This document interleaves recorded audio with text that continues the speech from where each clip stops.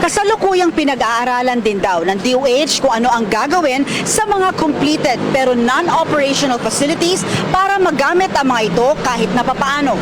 Para sa Sentro. So, moto katropag Hanilo, adunay mga ghosted gihapon katropag Hanilo. Di ay? Wala gina akong giingon kaniadto pa nga wata ba sige ra tag tagawta o sige ra tag nakafocus ta mga katropa sa flood control projects pero aduna day mga opisina mga katropa pangumang mo yung ubanan kini So dili lang opisina sa DPWH Katropang Jonathan pati usaba sa DOH. Adunay nahitabo nga anomalya usaba. So gani Katropang Jonathan sa milabay nga bulan sa Agosto Katropang Jonathan aduna gyapon naungkat gyapon kabahin sa korupsyon diha sa ahensya sa DPWH sa DOH o Department of Health Katropang Jonathan kalabot usab niining kaning mga vaccines.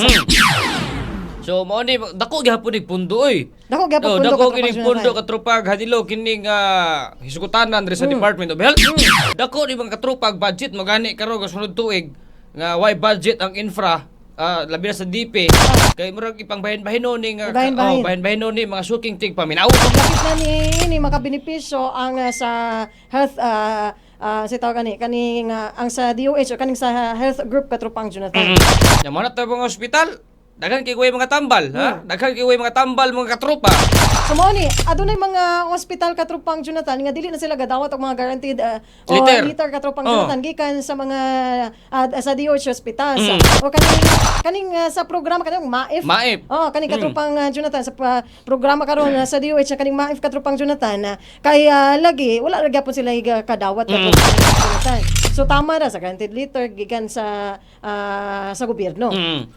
So mo ni lisod katropag Hanilo nga atong mga pasyente maalanganin.